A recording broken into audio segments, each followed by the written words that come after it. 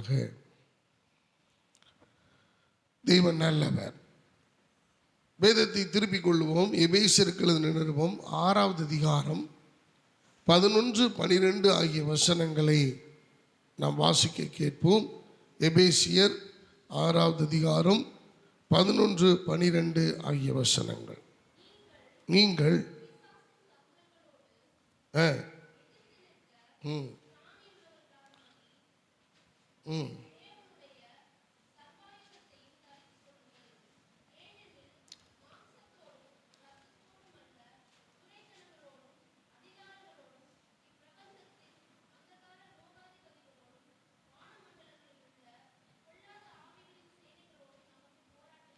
அல்லேலூயா, அல்லேலூயா.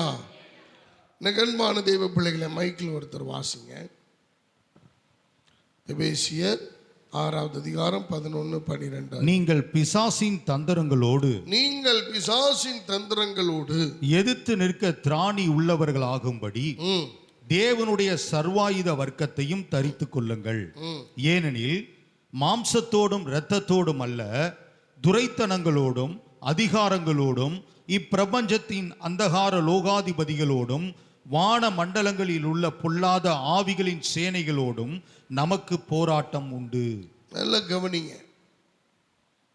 இந்த காலை வேளையில் இந்த வசனத்தின் அடிப்படையில் ஒரு 3 வார காலமாக தேவன் என்னோடு பேசின ஒரு வார்த்தை இது. இந்த வசனத்தை நாம் வாசிக்கும் போது நம்முடைய வாழ்க்கையில ஒரு மிகப்பெரிய சவால் அல்லது போராட்டம், நாம் எதிர்கொள்ள வேண்டிய மிக முக்கியமான காரியங்கள் ஒன்று என்பதை இந்த நாளிலே இந்த வசனத்தின் அடிப்படையிலே நம்மால் உணர முடிகிறது. அன்பானவர்களே, இந்த ஆக்கியோன் விதமாய் சொல்லுகிறார், நீங்கள் பிசாசின் தந்திரங்களோடு எதிர்த்து நிற்க திராணி உள்ளவளாகும்படிக்கு தேவனுடைய சர்வாயுத வர்க்கத்தை தரித்துக் கொள்ளுங்கள். நீங்க யுத்தம் பண்றேன், தண்டை ஓடுறேன் அப்படின்னு நீங்க இந்த சர்வாயுத வர்க்கங்களை தரித்து கொள்ளாமல் உங்களுக்கு திராணியே இல்லாம பலனே இல்லாம நீங்க போய் சத்துருவோடு போராட முடியாது. நீங்கள் போராடி ஜெயிக்க வேண்டுமானால் நீங்கள் திராணி உள்ளவர்களாக இருக்கணும். நீங்கள் சர்வாயுத வர்க்கத்தை தரித்து கொண்டவர்களாக இருக்க வேண்டும். ஏன் அப்படின்னு சொல்றாரு அவர் சொல்லும்போது 11வது 12வது வசனத்தில், ஏனெனில் மாம்சத்தோடும் இரத்தத்தோடும் அல்ல. இந்த பல நேரங்களில் பாஸ்டர் இந்த மனுஷன் எனக்கு விரோதமாக வந்துட்டான், அந்த மனுஷன் வரல, அந்த மனுஷனுக்கு பின்பதாக இயக்குகிற ஒரு அந்தகார வல்லமை இருக்கிறது. நல்ல கவனிங்க. எந்த ஒரு மனுஷனும் தானாக வந்து எதிர்கொண்டு அவன் நம்மை தாக்குகிறதில்லை. அதற்கு பின்புலமாக நிற்கிற வான மண்டலத்தில் இருக்கிற பொல்லாத சேனைகள். அதனாலதான் அவர் சொல்றாரு, மாம்சத்தோடும் இரத்தத்தோடும் அல்ல. கொஞ்சம் கம்மி பண்ணு விசிலடி. மாம்சத்தோடும் இரத்தத்தோடும் அல்ல, துரைத்தனங்களோடும் அதிகாரங்களோடும் இப்பிரபஞ்சத்தின் அந்தகார லோகாதிபதிகளோடும் வான மண்டலத்தில் உள்ள பொல்லாத ஆவிகளின் சேனைகளோடு நமக்கு போராட்டம் உண்டு. அன்பானவர்களே, அப்ப நம்முடைய வாழ்க்கையில் இந்த விதமான பேட்டில், இந்த விதமான யுத்தத்தை செய்கிறவர்களாய் நாம திராணி உள்ளவர்கள் ஆகணும், அப்கிரேட் ஆகணும். இன்னும் பொறாமப்படுறான், அவன் எனக்கு சோத்திரம் பண்ணல, அவன் என்னை விசாரிக்கல, அவன் என்னை பார்க்காம போயிட்டான், இதெல்லாம் அற்பமான விஷயம். நமக்கு இவங்களோடெல்லாம் பிரச்சனை இல்லை. நமக்கு பிரச்சனை யாரோட? வான மண்டலத்தில் இருக்கிற பொல்லாத சேனைகளோடு நமக்கு போராட்டம் உண்டு. நம்ம சின்ன சின்ன காரியங்களுக்காக, சின்ன சின்ன விஷயங்களுக்காக மனிதர்கள் மேல் அல்லது மனிதர்கள் பின்புலமாக இருந்து செயல்படுகிற அந்த சத்துருவுக்கு விரோதமாய் எழும்பாமல் ஒரு மனிதனுக்கு விரோதமாக நாம் எழும்ப பார்க்கிறோம். அருமையானவர்களே, இந்த நாளின் செய்தியின் தலைப்பு இதுதான், the enemy's attack. எதிரிகளின் தாக்குதல்கள். நம்முடைய கிறிஸ்தவ வாழ்க்கையில எதிரிகளின் தாக்குதல்கள் பல்வேறு சூழ்நிலைகள் வருகிறது. யாருக்காவது இங்க இருக்கிறவங்க எதிரிகளின் தாக்குதல் எனக்கு இல்லவே இல்லைன்னு யாராவது சொல்றவங்க கை தூக்குங்க பார்க்கலாம். எல்கேஜி படிக்கிற பிள்ளைக்கு எதிரி இருக்கு.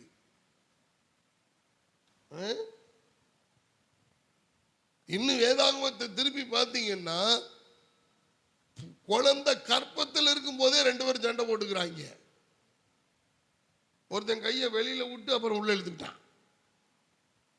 பார்த்துக்கங்க, பைபிள்ல எப்படி இருக்குது போராட்டம். இங்க எங்க ஆரம்பிக்கல, ஆரம்பம் அங்கேயே ஆரம்பிச்சிருச்சு. கர்ப்ப காலத்திலே ஆரம்பிச்சிருச்சு பயங்கர போராட்டம். அப்ப எதிரிகளின் தாக்குதல்கள் எப்படிப்பட்டதா இருக்கும்? எதிரிகளின் தாக்குதல்களை ஒரு கிறிஸ்தவனா நான் எப்படி அதை கையாளுவது, எப்படி நான் அதை மேற்கொள்வது? எதிரிகளின் தாக்குதல்கள் எனக்கு வருதுங்க, எதிரிகளின் தாக்குதல்களை என்னால உணர முடியுது. I have a lot of enemies attack. எல்லா பக்கத்துல இருந்து வருதுங்க. ஆனா எப்படி இதை மேற்கொள்றதுன்னு எனக்கு தெரியல. அருமையானவர்களே, எபேசியர்கள் நிருபத்தில் மிக அழகாக சொல்லுகிறார், நீங்கள் பிசாசின் தந்திரங்களோடு, ஏன்னா நீங்க இந்த இந்த எதிரிகளின் தாக்குதல்கள் இருந்து நீங்க விடுபடணும்னா, எந்த எதிரிக்கு பின்னாடி இருக்கிற அந்த தந்திரத்தையும் அவன் யார் என்பதையும் நீங்கள் அறிந்திருக்க வேண்டும். நல்லா கவனிங்க, பிசாசானவன் பொய்யனும் பொய்யுக்கு பிதாவுமாய் இருக்கிறான். அவன் சொல்லுவான் பாருங்க, பொய் உலகமகா பொய்யா இருக்கும். நம்ம ஒரு கேள்விதான் கேட்போம், ஏங்க சர்ச்சுக்கு வரலன்னு. அவன் உருட்டுவான் பாருங்க, உலக உருட்டா இருக்கும், நம்ம நம்பவே முடியாது. கேட்டா அவன் சொல்லுவான், நாங்க விண்வெளிக்கு போயிருந்தோம் குடும்பமா. அப்படிங்களா? எப்படி? என் வாழ்க்கையில மறக்க முடியாத ஒரு பொய் ஒருத்தன் சொன்னான் பாருங்க, இன்ன வரைக்கும் என்னால மறக்க முடியல. என்ன தெரியுமா சொன்னா? அப்படிதான் பாருங்க, நாங்கெல்லாம் குளிச்சுட்டு கரையேறணும், அப்படியே துண்டுல ஒருத்தர் தோட்டிட்டு இருந்தாரு, அப்படியே கண்ணு 2 துண்டுல வந்துருச்சுங்க.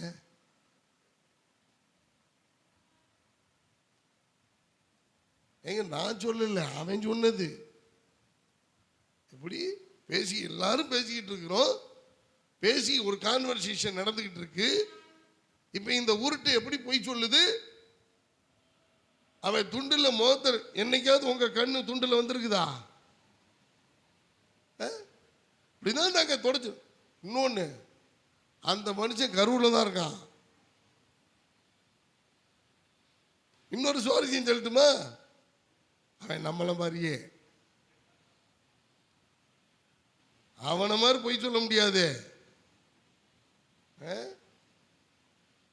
நம்ம சொல்ற பிசாசு பொய்யனும் பொய்யுக்கு பிதாவுமா இருக்கிறான். ஆனா கரூர் பட்டணத்துல அந்த பிதாவுக்கே ஒரு பிதா இருக்கு. அருமையான தேவ பிள்ளைகளை, நல்ல கவனிங்க. பிசாசின் தந்திரங்களோடு நீங்கள் எதிர்த்து நின்று போராட வேண்டும். ஏன்னா உங்க போராட்டம் நீங்க மனுஷனோட இல்லை, மனுஷனுக்கு பின்புலத்தில் இருந்து செயல்படுகிற அந்தகார லோகாதிபதிகளோடும் வான மண்டலத்தில் இருக்கிற பொல்லாத சேனைகளோடும் உங்களுக்கு போராட்டம் உண்டு. அருமையான தேவ பிள்ளைகளை, அப்ப இந்த எபேசியருக்கு எழுதின நிருபத்தினுடைய இந்த வசனத்தின் அடிப்படையிலே எப்படிப்பட்ட சத்துருவானவன் எப்படிப்பட்ட தந்திரமான தாக்குதல்களை நமக்கு நடத்துகிறார். பலவிதமான தாக்குதல் நமக்கு விரோதமாய் வருகிறது. அருமையானவர்களே, நான் இதை ஒரு நீண்ட தூரம் இதை கொண்டு போகணும்னு நான் விரும்புகிறேன். நமக்கு தெரிஞ்சிருக்கணும்னு. ஆனால் எவ்வளவு தூரம் கர்த்தர் பயணிக்க செய்கிறாரோ நம்ம அவ்வளவு தூரம் பயணிப்போம். தேவன் உதவி செய்வாராக. முந்தா நாள் வரைக்கும் நல்லா தான் இருந்தேன். ஒரு தாக்குதல் நடத்தினா பாருங்க, என் தொண்டையில் புண்ண வாக்கி ஒரே ஒரு தாக்குதல் தான் அப்படியே சுருண்டு போயிடுச்சேன். நேத்தெல்லாம் ஃபீவர். டாக்டரே பார்த்துட்டு சொல்றாரு, என்ன ஃபீவரோட வந்திருக்கிறீங்க, என்னாச்சு அப்படின்னு. அந்த ஃபீவரில் அப்படியே வந்துட்டு எதையுமே செய்ய முடியல. அப்படியே வந்து சாப்பிட்டுட்டு படுத்துட்டேன் மாத்திரையை போட்டு. அன்பானவர்களே, அந்த தாக்குதல்கள் பலவிதமான நிலையிலே வருகிறது. நாம் இதை ஆராய்ந்து அறிந்திருக்க வேண்டும். ஒரு கிறிஸ்தவர்களாய், தேவனுடைய பிள்ளைகளாய், சர்வாயுதம் தரித்திருக்கிறவர்களாய், திராணி உள்ளவர்களாய், எதிர்த்து நிற்க போராட்டத்துக்கு நம்ம எப்பொழுது தயார் நிலையில இருக்கிறவர்களாய் இருப்பதற்கு நாம இப்படிப்பட்ட தாக்குதல்கள் என்னன்னு நம்ம தெரிஞ்சிருக்கணும். We must know the enemy's attack in our life. எனக்கு அன்பான கர்த்தருடைய பிள்ளைகளை, நான் இதை 3 பகுதியா நான் பிரிச்சு உங்களுக்கு நான் சொல்றேன் இன்னைக்கு. அது எல்லாரும் நம்ம கொஞ்சம் கூர்ந்து கவனிங்க. ஆவியானவர் உங்களோடு பேசி கொண்டிருக்கிறார். எனக்கு அன்பான தேவ பிள்ளைகளை, அப்ப ஒவ்வொரு மனிதனும் இப்ப பார்த்தீங்கன்னா எல்லாரையும் பிசாசு தாக்குவானா? ஒரு கேள்வி, பதில் சொல்லுங்க. எல்லாரையும் பிசாசு தாக்குவானா? இல்ல. ஏன் இல்ல? தேவ பிள்ளைகளைத்தான் அவன் என்ன செய்யறான்? தாக்குகிறான். கனி இருக்கிற மரத்துக்கு தான் கல்லடி, மொட்டை மரத்துக்கு இல்லை. மொட்டை மரத்துக்கு அடியெல்லாம் யாரும் என்ன செய்ய மாட்டாங்க, அங்க போகவே மாட்டாங்க. அப்ப கனி இருக்கிற மரத்திலே தான் அது கல்லடிபடும் என்று ஒரு பழமொழி சொல்லப்பட்டிருக்கிறது. அப்ப தேவனுடைய பிள்ளைகளாய், இப்ப 2வது ஒரு கேள்வி கேட்கிறேன், இப்படி சொல்லுங்களேன், சபைக்கு வர்ற எல்லாரையும் பிசாசு தாக்கிடுவானா? ஹலோ, எப்படி? எல்லாத்தையும் தாக்க. ஏன் எல்லாத்தையும் அவன் தாக்குறது இல்லை? இப்ப நல்ல கவனிங்களா, இப்படி கரெக்ட் தான். நான் இப்படி சொல்றேனே, ஏன் அவங்கள மட்டும் தாக்க மாட்டேங்கிறான் பிசாசு? இல்ல, நல்ல கவனிங்க. அவன் என்ன தெரியுமா நினைப்பா, நம்ம ஃப்ரெண்டு என்டர்டைன்மெண்ட்டுக்காக போயிருக்கு, இது நம்ம ஃப்ரெண்டுப்பா, இதனால ஒரு பிரச்சனையும் இல்லைப்பா, இதனால ஆமா இந்த சபைக்கும் பிரயோஜனம் இல்லை, ஆமா இவங்க இருக்கிறதுக்கும் சொல்ல முடியல, இந்த ஆளு என்ன பேசினாலும் இவங்க கேட்க மாட்டாங்க, இவன் நம்ம ஆளு, அதனால இவனை டார்ச்சர் பண்ணணும், இவனுக்கு ஒரு சோதனை கொடுக்கணும், இவனை டெம்ப் பண்ணணும், இவனுக்கு பிரச்சனையை உண்டாக்கணும், இவனை தாக்கணும், இவனை அட்டாக் பண்ணணுங்கிற சிந்தையே சத்துருவுக்கு வராது.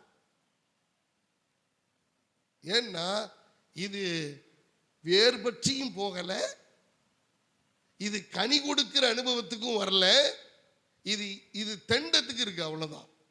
அப்படி சொல்லணும்னா இது ஏனாதானோன்னு இருக்கு, இது என்டர்டைன்மெண்ட்டுக்காக. ஐயோ போகலைன்னா நல்லா இருக்காது, நம்ம கிறிஸ்தவங்கன்னு சொல்றதுக்கு அடையாளம் இருக்காது இல்ல, அப்படியே போயிட்டு வருவோம்.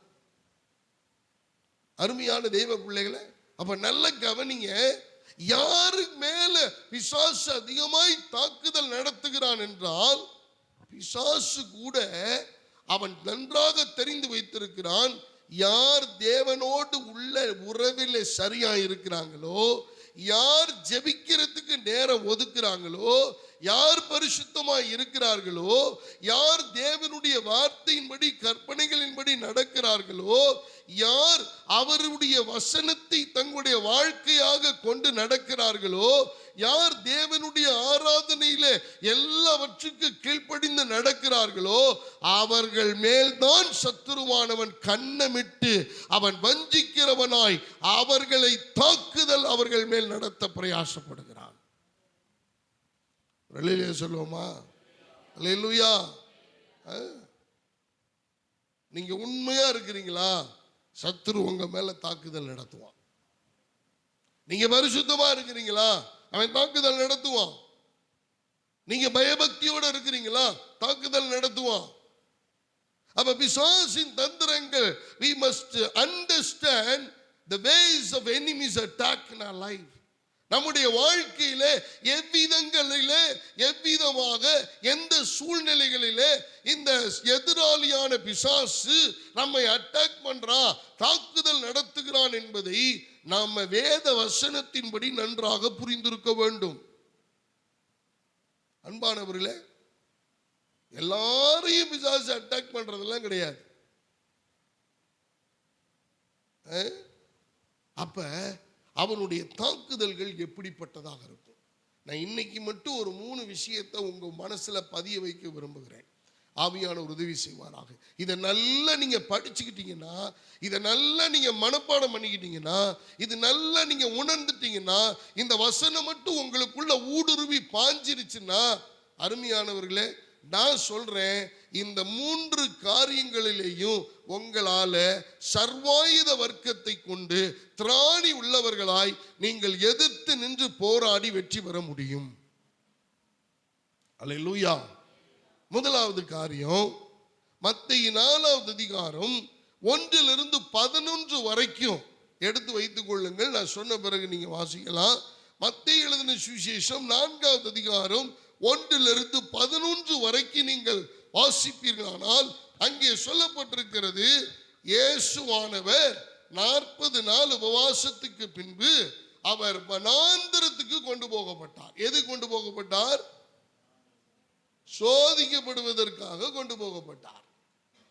எனக்கு அருமையானவர்களே, அது யாரால சோதிக்கப்படுவதற்கு? பிசாசானவனால் சோதிக்கப்படுவதற்கு ஆண்டவர் இயேசு கிறிஸ்து வனாந்தரத்துக்கு கொண்டு போகப்பட்டார் என்று வேதத்திலே நமக்கு தெளிவாய் இந்த இடத்துல கொடுக்கப்பட்டிருக்கிறது. அப்ப நல்ல கவனிங்க, இயேசுவானவரையும் பிசாசு தாக்காம இல்லை, குமாரனாகிய கிறிஸ்துவும் அப்படிப்பட்ட அந்த தாக்குதல்களை எதிர்கொண்டு அவர் தம்முடைய வல்லமையினாலும் மகத்துவத்தினாலும் சத்துவத்தினாலும் தெய்வீக தன்மையினாலும் அவர் பிசாசை விரட்டி அடித்தார். அல்லேலூயா. அப்ப நாம பல நேரங்களில் எதிர்த்தாக்குதல் நடத்த பார்க்கிறோம். அந்த எதிர்த்தாக்குதல்லாம் இருக்கக்கூடாது. அருமையானவர்களே, நீங்க பிசாசு தந்திரங்களோடு எதிர்த்து நிற்க நீங்கள் ஞானம் உள்ளவர்களாய், நீங்கள் தெய்வீக தன்மையை கொண்டு தேவன் உங்களுக்கு கொடுத்த சத்துவத்தையும் பலத்தையும் கொண்டு ஞானமாய் அவனோடு போராட வேண்டும். அல்லேலூயா. அப்ப நல்ல கவனிங்க, முதலாவது காரியம் எழுதுறவங்க எழுதி கொள்ளுங்க, தனி மனித தாக்குதல். எனக்கு அருமையானவர்களே, devil has a personal attack. அவன் ஒரு தனிப்பட்ட ஒரு மனிதனை, ஒரு தனிப்பட்ட ஒரு மனிதனுடைய வாழ்க்கையை அவன் தாக்குகிறான். அவனுடைய முதல் தாக்குதல் யார் மேல? தனி மனித தாக்குதல், பர்சனல் அட்டாக். அருமையான தேவ பிள்ளைகளை, ஒரு தனி மனிதனா இயேசு கிறிஸ்து 40 நாள் உபவாசம் இருக்கிறார். உபவாசம் இருந்து அவர் வனாந்தரத்துக்கு பிசாசானவனாலே கொண்டு போகப்பட்டு அங்கே சோதிக்கப்படுவதற்காக இயேசு கிறிஸ்துவை அங்கே கொண்டு போய் நிறுத்தி இருக்கிறார். இயேசு ஏற்கனவே 40 நாள் உபவாசம் பண்ணி இருக்கிறார். தண்ணி கூட இறங்கல சரீரத்தில். அவர் அப்படியே வியாகுலத்தோடு ஜெபம் பண்ணி இருக்கிறார். தன்னுடைய ஊழிய பயணத்தை செய்யும்படியாக ஜெபம் பண்ணி இருக்கிறார்.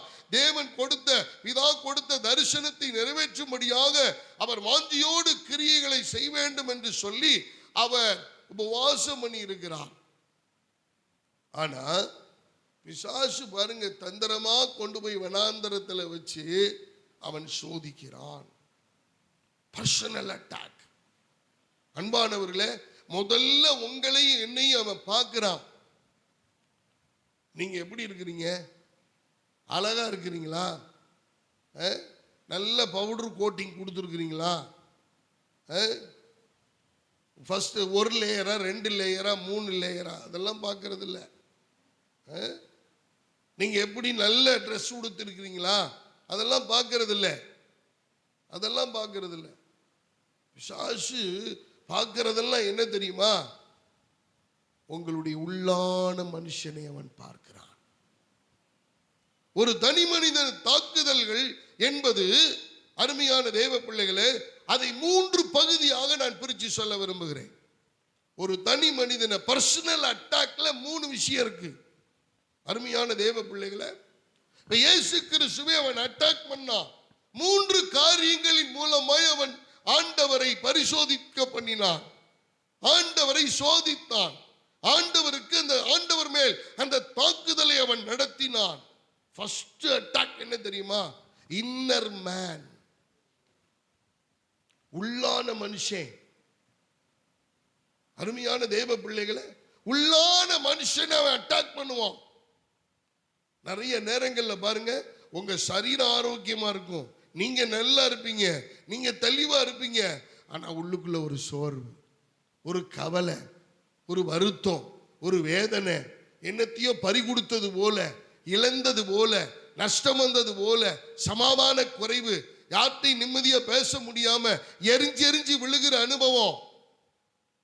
யாருகிட்டையும் நல்ல கான்வர்சேஷன் இருக்காது, யாரோடையும் பேச பிடிக்காது, ஒரு தனிமையை அவர்கள் விரும்புவார்கள். தனித்துவமாய் போய் உட்காந்துக்குவாங்க, எதையாவது ஒண்ணு நோண்டுவாங்க, எதையாவது ஒண்ணு செய்வாங்க, தேவையில்லாதவங்கள்ட்ட எல்லாம் பேச பார்ப்பாங்க, எப்படியாவது அதை கம்ஃபர்ட் ஜோனுக்குள்ள கொண்டு வரணும்னு அவங்க நினைப்பாங்க. ஏன் தெரியுமா? பிசாசானவன் already enemy has been attacked the personal life of a human. ஒரு மனிதனுடைய, ஒரு மனுஷனுடைய தனி மனித வாழ்க்கையை அவன் அட்டாக் பண்ண பார்க்கிறான். அருமையான தேவ பிள்ளைகளை, நல்ல கவனிங்க. தனி மனிதனுடைய உள்ளான மனுஷனை ஒரு தனி மனித தாக்குதல்களில் முதலாவது காரியம் இன்னர் மேன். அருமையான தேவ பிள்ளைகளை, இப்ப இயேசு கிறிஸ்துவனுடைய சோதிக்கப்பட்ட இந்த காரியத்தை நீங்கள் பார்ப்பீர்களானால், இந்த இடத்துல சொல்லப்பட்டிருக்கிறது, 5வது வசனத்தை வாசியுங்கள். அப்பொழுது பிசாசு அவரை பரிசுத்த நகரத்திற்கு கொண்டு போய் தேவாலயத்து உப்பரிக்கையின் மேல் அவரை நிறுத்தி, நீர் தேவனுடைய குமாரனே ஆனால் தாளன் குதியும், ஏனெனில் தம்முடைய தூதர்களுக்கு உம்மை குறித்து கட்டளையிடுவார், உமது பாதம் கல்லில் இடராதபடிக்கு அவர்கள் உம்மை கைகளில் ஏந்தி கொண்டு போவார்கள் என்பதாய் எழுதியிருக்கிறது என்று சொன்னான். அடுத்தது வாசிங்க. அதற்கு இயேசு, உன் தேவனாகிய கர்த்தரை பரீட்சை பாராதிருப்பாயாக என்றும் எழுதியிருக்கிறதே என்றார். நல்ல கவனிங்க. இந்த இடத்துல இயேசு கிறிஸ்துனுடைய ஒரு இன்னர் மேனை அவன் அட்டாக் பண்றான். ஹலோ, உங்களுக்கு சொல்றது புரியுதுங்களா? எத்தனை பேர் என்னோட இருக்கீங்க? சரி, இன்னர் மேன் என்பது என்ன? யார்? உள்ளான மனுஷன். அந்த உள்ளான மனுஷன் யார்? ஹலோ, ஆவியானவரா? ஆத்துமாவா?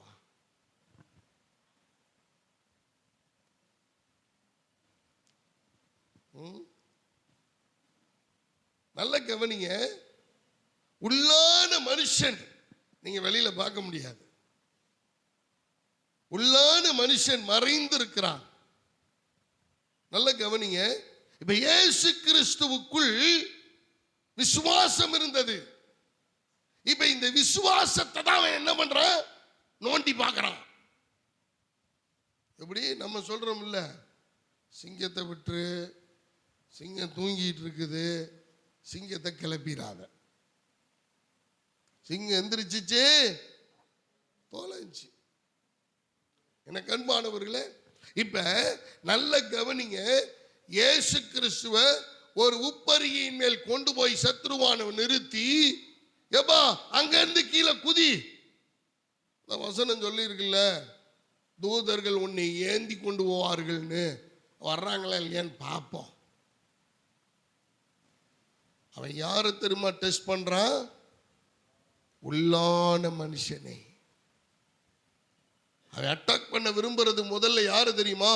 உள்ளான மனுஷன். உனக்குள்ள இருக்கிற விசுவாசத்தை, உனக்குள்ள இருக்கிற பரிசுத்தத்தை, உனக்குள்ள இருக்கிறதான தெய்வீக தன்மைய, உனக்குள்ள இருக்கிற பயபக்திய, உனக்குள்ள இருக்கிற வேத அறிவை, உனக்குள்ள இருக்கிற ஞானத்தை, உனக்குள்ள இருக்கிறதான அந்த தெய்வீக பரிசுத்தத்தோடு ஆண்டவருக்கு உனக்கு உள்ள உறவை, இந்த உள்ளான மனுஷன் வைத்திருக்கிற அந்த உறவை அவன் அட்டாக் பண்ண பார்க்கிறான். அருமையான தேவ பிள்ளைகளை,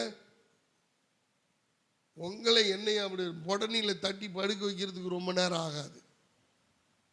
ஆனா அவன் உங்களை தள்ளி வர்றதுக்கெல்லாம் பிரச்சனை இல்லை. அவன் உங்களுடைய உள்ளான மனுஷனை அவன் அட்டாக் பண்ணணும். அருமையான கர்த்தருடைய பிள்ளைகளை, இப்ப உள்ளான மனுஷன்ல இப்ப நல்ல கவனிங்களேன். இன்னொரு வார்த்தை இருக்கு. உள்ளான மனுஷன்னு சொல்லும் போது பிசாசு எப்படி தெரியுமா அட்டாக் பண்ண விரும்புறான்? ஒரு எமோஷனல் அட்டாக். எப்படி? உணர்வு பூர்வமான ஒரு தாக்குதலை, உணர்வு பூர்வமான ஒரு தாக்குதலை அவன் நடத்த விரும்புறான். அருமையான தெய்வ பிள்ளைகளே, உணர்வு பூர்வமான தாக்குதல். நல்ல கவனிங்க. உங்களுடைய உணர்வை அவன் தூண்டுறான்.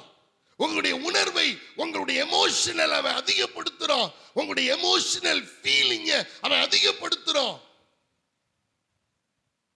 நிறைய பேர் சொல்றத நான் பார்த்துருக்கிறேன். நிறைய பிள்ளைங்க சொல்றத பார்த்துக்கிறேன். எங்க அப்பா அம்மாவுக்கு எங்க மேல பாசமே இல்லை, எங்களை கவனிக்கிறதே இல்லை, எங்களை விசாரிக்கிறதே இல்லை, எங்களுடைய பிரச்சனையை அவங்க கவனிக்கிறதே இல்லை. இல்லை அருமையானவர்களே, உனக்குள்ள உன்னை தாக்குவதற்கு பிசாசானவன் வஞ்சகமாக, தந்திரமாக ஒரு எமோஷனல் அட்டாக் பண்ணுவதற்கு அவன் தயாராயிட்டான். அருமையான தேவ பிள்ளைகளை, கர்த்தரே சொல்லியிருக்காரு, தாயும் தகப்பனும் கைவிட்டாலும் நான் உன்னை. அப்ப வசனத்தை நீ படிக்கலையே. வசனத்தை படிச்சிருந்தா இவர்கள் எல்லாம் ஒரு நாள் கை விடுவார்கள். அப்படி விடும் பொழுது என்னை தூக்கி எடுக்க கர்த்தரே வருவார். என்னை தாய் தேற்றுவது போல அவர் என்னை தேற்றுவார். இப்ப இந்த எமோஷனல் அட்டாக்ல என்ன நடக்கு தெரியுமா? யாராவது ஒருத்தன் உன்னை நல்லா நான் பார்த்துக்கிறேன், யாராவது ஒருத்தி உன்னை அம்மா மாதிரி நான் இருந்து உன்னை கவனிச்சுக்கிறேன். எப்பா அம்மா மாதிரி அம்மாவே கவனிக்க முடியாதுப்பா.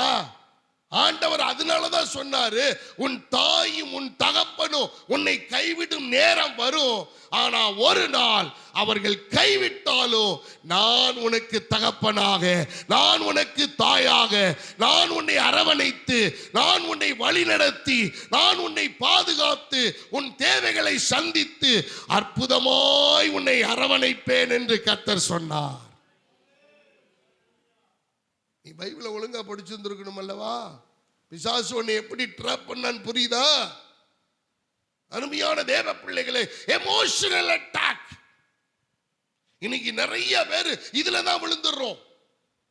பர்சனல் அட்டாக்ல உள்ளான மனுஷன் அவன் வீக் பண்ண பார்க்கிறோம். இன்னும் சில பேர் பாத்தீங்களா, சொல்றதை கேட்டிருக்கிறீங்களா? என்ன ஜோமணி, என்ன பாஸ்டர் பிரயோஜனம்?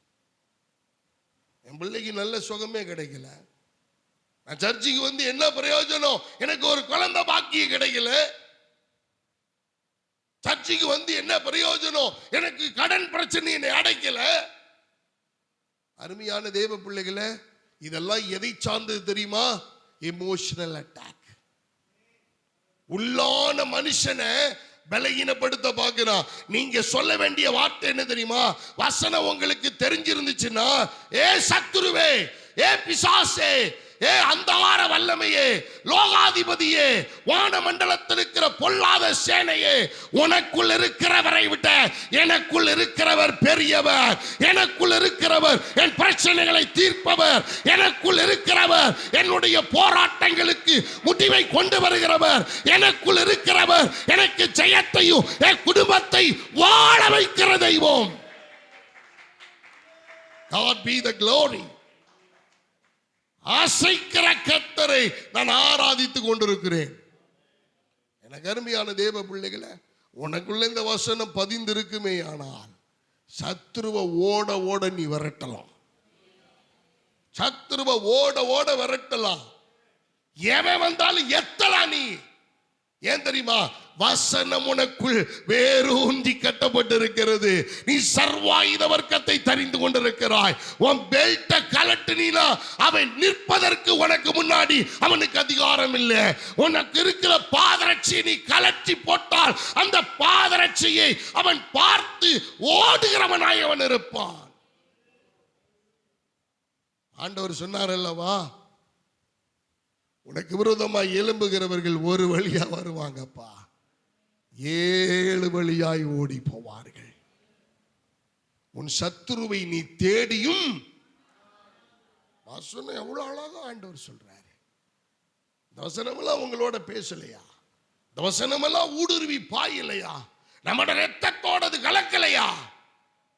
என கருமையான தேவ பிள்ளைகளை, சத்துருவின் அவனுடைய முதல் தாக்குதல் உன்னுடைய உள்ளான மனுஷன், இன்னர் மேன். நிறைய பேரை நான் வற்புறுத்துறேன். ஏன்னா பரலோக ராஜ்யம் ஹலோ என்ன பண்ணப்படுகிறது? என்ன பண்ணப்படுகிறது? ஆமாயா, என் வேலை அது. என் வேலை. It is my responsibility as a shepherd to lead you and guide you. நீ தவறா போகும்போது உன்னை அடிச்சு திருத்தி உன்னை கொண்டு வர வேண்டிய ஸ்தானத்தில் நான் அமர்ந்திருக்கிறேன். எனக்கு அந்த அபிஷேகத்தை கர்த்தர் கொடுத்து நிறுத்தி இருக்கிறார். எனக்கு அருமையான தேவ பிள்ளைகளை, நம்ம இருக்கிற பரிசுத்தத்துக்கு இயேசுவே நேரா வந்து உங்களை திருத்துவாரா? யோசிச்சு பாருங்க. பிரதிநிதியாய் கர்த்தர் நிப்பாட்டி இருக்கார். நீங்க கேட்டீங்கன்னா அது ஆசீர்வாதம், கேட்கலன்னா நஷ்டம் வரதான் செய்யும். அதனுடைய இழப்புகளை ஈடுகட்டத்தான் செய்யணும். கரையை செலுத்த வேண்டியதான் இருக்கும். கொஞ்சம் கடினமாக இருக்கலாம், ஆனா அதான் உண்மை. அன்பான கர்த்தருடைய பிள்ளைகளை நன்றாய் கவனிங்கள். உள்ளான மனுஷனை அட்டாக் பண்ணுவதற்கு அவன் அவன் தந்திரமாய் அவன் பிரயாசப்பட்டு கொண்டிருக்கிறான். Emotional attack. உன்னுடைய விசுவாசத்தை சீர்குலைப்பதற்கு. இயேசு வசனம் தெரிஞ்சதுனால ஒரே வார்த்தையில் அடிச்சார் பார்த்தீங்களா? ஒரே கல்லு மண்டை தெறிக்க விட்டார். மண்டை தெறிக்க விட்டார். அவனை குதிங்கால ஒரு நசுக்குனாரு பாருங்க. அவன் தலைய பல்லுகள் எல்லாம் தெரிச்சு போயிருச்சு. அவன்கிட்ட இருந்த விஷத்தை பூரா கக்கி போட்டான் மண்ணுக்குள்ள. எனக்கு அருமையான தேவ பிள்ளைகளை, உன் தேவனாகிய கர்த்தரை பரீட்சை வாராதிருப்பாயாக என்று எழுதியிருக்கிறது. உப்பரியிலிருந்து புறப்பட்டு போயிட்டான்ல, இயேசு கிறிஸ்துவை கொண்டு போய் உப்பரியின் மேல் நிறுத்தி அவன் சொல்லுகிறான், தனி மனித தாக்குதல். இன்னர் மேன், ஒரு உள்ளான மனுஷனை எமோஷனல் அட்டாக். அருமையானவர்களே, நம்ம உலக நாடுகளே சொன்ன ஒரு செய்தி என்ன தெரியுமா? இந்தியன்ஸை எமோஷனல் அட்டாக் பண்றதை தவிர வேற எந்த ஒரு காரியத்திலையும் அவனை அடிச்சுக்க முடியாது. எமோஷனல் அட்டாக், உணர்வு பூர்வமான தாக்குதல். அதனாலதான் பிசாசு நிறைய பயன்படுத்துறான். மொழி போர், நல்ல லாங்குவேஜ் இஸ் வார். யோசிச்சு பாருங்க, மொழிக்கு நமக்கு எத்தனை ஆயிரம் மொழிகள் இந்த இந்திய தேசத்தில் இருக்கிறது. உலகம் முழுவதும் எத்தனை ஆயிரம். நல்ல கவனிங்க, அவை உணர்வு பூர்வமா. நல்ல கவனிங்க, உங்களுக்கு நினைவுபடுத்த விரும்புகிறேன். மாடே வளர்க்காதவன், மாட்டை பத்தி ஒண்ணுமே தெரியாதவன் ஜல்லிக்கட்டு போராட்டத்தில் சென்னையில் போய் குமிஞ்சு நின்னான்ல, இம்முனுக்காண்டி சின்ன பையனுங்க அங்க போய் நின்னுகிட்டு எங்களுக்கு ஜல்லிக்கட்டு வேணும்ங்கிற.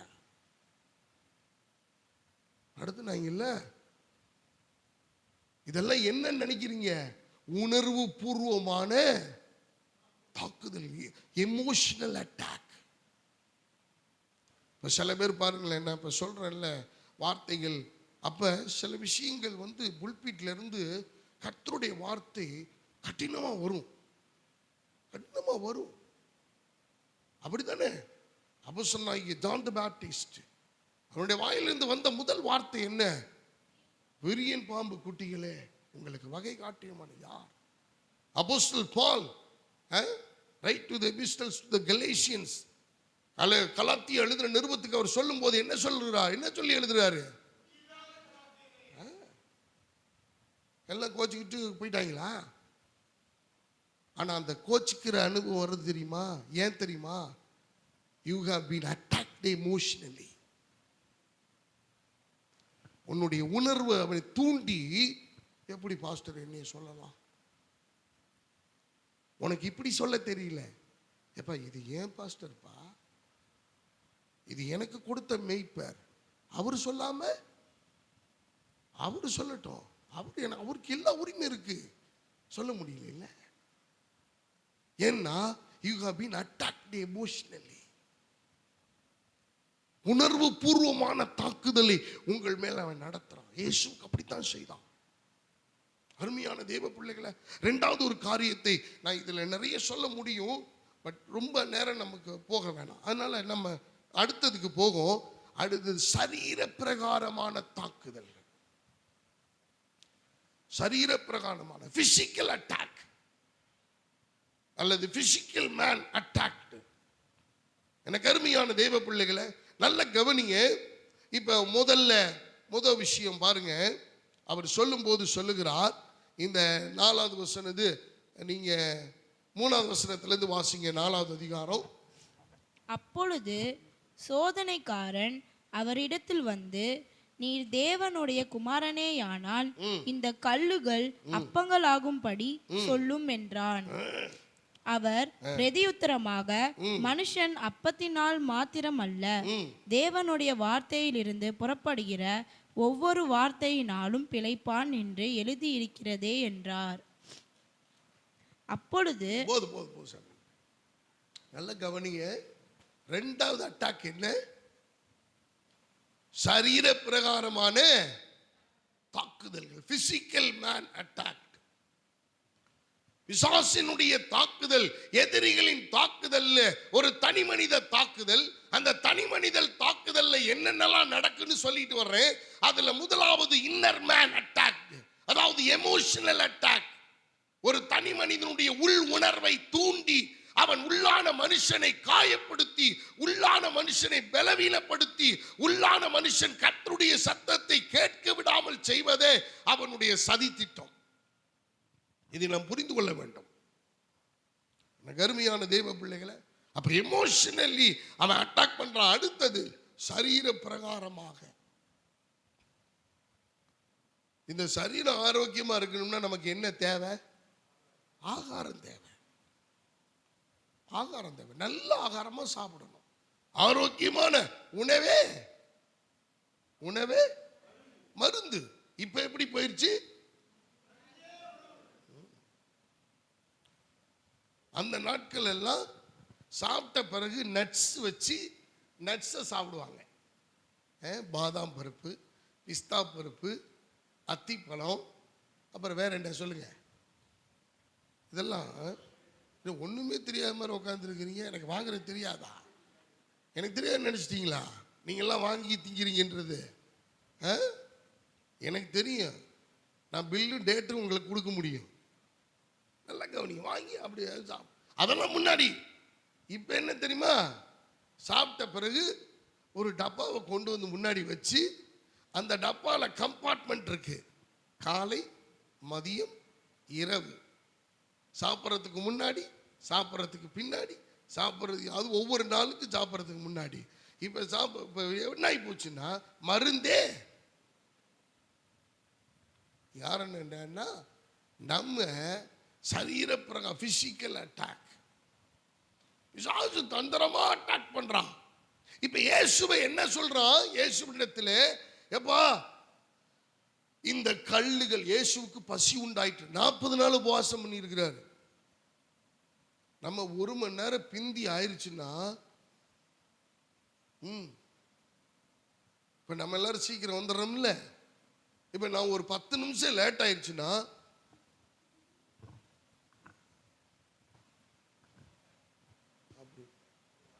எனக்கு அப்ப எல்லாம் ஒரு ஜெபம் வரும், அப்படியே திருப்பிக்கிட்டோம் ஆண்டவரே கையில் கழுத்து.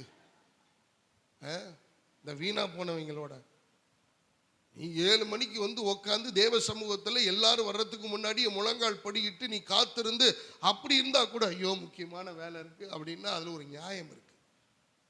எல்லாத்துக்கும் லேட்டா வந்துவிட்டு இப்படியா திருப்பும்படி கர்த்தர் செஞ்சு விட்டாருன்னா என்ன பண்ணுவேன்? இப்ப நானும் அட்டாக் பண்றேன்ல, எனக்கு தோணுது எல்லாம் செய்ய மாட்டாரு நம்ம ஆண்டவர். அப்படிலாம் வார்த்தையை கேட்டிருந்தாருன்னா அவ்வளவுதான். சரீர பிரகாரமான தாக்குதல். அவன் பாருங்க, அவன் செய்யற காரியம் பசி உண்டாயிருது. நிறைய பேர் உண்மையாவே அந்த டைமுக்கு சாப்பிட்றதில்ல, அதனால பசி உண்டாயிடும். நம்ம அதுக்கு என்ன பண்ணணும்? முன்கூட்டியே ஆயத்தம் பண்ணணும். வீட்டில் இருக்கிற பொம்நாட்டிகள் அதை கொஞ்சம் கவனிக்கணும். வீட்டில் இருக்கிற ஆட்கள் புருஷன்மார்களும் அதை கொஞ்சம் கவனிக்கணும். சனிக்கிழமை வரும்போதே ஒரு 2 பிரெட் பாக்கெட்டையும் ஒரு 10 முட்டையும் வாங்கி வச்சு காலையில் எந்திரிச்ச உடனே ஒரு முட்டையும் ஆம்லேட்டையும் போட்டு ஆளுக்கு ஒன்று கொடுத்து ஒரு டீயை சாப்பிட்டுட்டு வந்து உட்காரணும். பாஸ்டிங் இருக்க முடிஞ்சிருந்தா ஓகே. நீ டீ குடிக்கலைனாலே மயக்கம் போட்டு விழுந்துடுறிய. அருமையான தேவ பிள்ளைகளை, வடை கொடுக்கலாம்னாலும் வடையும் ஒத்து வர மாட்டேங்குது. ஒவ்வொருத்தரும் 4 வடை கேட்குறாங்க. எங்க போறது? நான் அன்பான கர்த்தருடைய பிள்ளைகளை, சரீர பிரகாரமான தாக்குதலை இயேசுவுக்கு நடத்தி அவன் சொன்ன காரியம் என்ன தெரியுமா? இந்த கல்லுகள் அப்பங்கள் ஆகும்படி இயேசுவுக்கு பசி உண்டாயிற்று. அந்த பசி கொடுமையில பாருங்க, வைராக்கியமாய் அவங்க சொல்ற காரியம். அவன் சொல்றான், பிசாசு உமக்கு இந்த பிள்ளைகளுக்கு இந்த கல்லுகளினாலே அப்பங்கள் உண்டாகும்படி சொல்லப்பட்டிருக்குது இல்ல, உனக்கு அப்பத்தை உண்டாக்கி நீ தின்னு, உனக்கு தான் பசி எடுத்துருக்கல. அருமையான தெய்வ பிள்ளைகளை, இயேசு சொன்ன ஒரு வார்த்தை என்ன தெரியுமா? மனுஷன் அப்பத்தினாலே மாத்திரமல்ல, தேவனுடைய வாயிலிருந்து பிறக்கிற ஒவ்வொரு வார்த்தையினாலும் மனுஷன் பிழைப்பான். இந்த வார்த்தை உங்களுக்குள்ள ஊடுருவி பாஞ்சதுன்னா உங்களுக்கு பசி எடுக்காது. ஏன்னா அந்த ஆத்மா, அந்த சரீர பிரகாரமான பசியை இந்த ஆவியானவர் போக்க வல்லமையுள்ளவராயிருக்கிறார். தானியேல பாருங்க, வைராக்கியமா இருக்கிறாங்க. இந்த எப்பா நாங்க வேற தேசத்துல இருந்து வந்திருக்கிறோம், இங்க எல்லாம் நாங்க இந்த ஆகாரத்தை எல்லாம் புசிக்க கூடாது, எங்களுக்கு பருப்பு வகைகளை கொடுங்க. அருமையானவர்களே, நமக்கு பசி எடுத்துருச்சுன்னா எந்த கெடா வெட்டுன்னு கூட பார்க்கறது இல்லை. உள்ள பூந்து அடிச்சு நிரப்பி நல்லா இருந்துச்சு, அது சாப்பிட்ட பிறகு எதையும் யோசிப்போம். எப்படி? அப்புறம் கிட்னி வெளியில வச்சு யூரின் பைய வெளியில வச்சு அதை வேற மாட்டிக்கிட்டு திரியணும். சிந்தித்து பாருங்கள் அருமையானவர்களே. அப்ப சரீர பிரகாரமான தாக்குதல்களை பிசாசு நடத்த பார்க்கிறான்.